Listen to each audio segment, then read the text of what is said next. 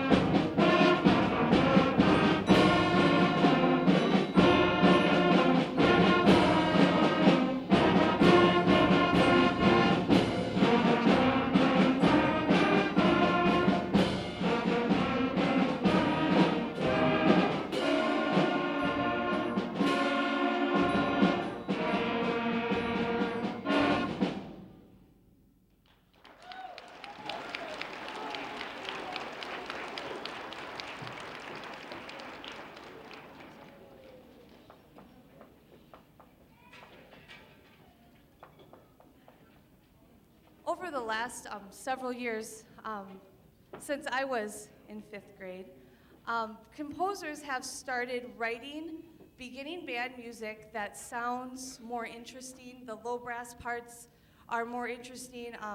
I remember when I was in band, it was the flutes, clarinets, trumpets had the melody, the saxophones kind of had a harmony, and the low brass had whole notes. And that was just the way composers wrote. But since then, and I'm very grateful as a teacher that composers are starting to write nice beginning band music, easier for them to play, but sounds like music. And this is an example of one of those pieces. It's based off a spiritual called Peace Like a River. It's a slower piece, which is another challenge that this group has had because it's kind of taking them from going beyond the notes and the rhythms to playing music and having it sound musical, and I say sounding pretty. So this is Peace Like a River.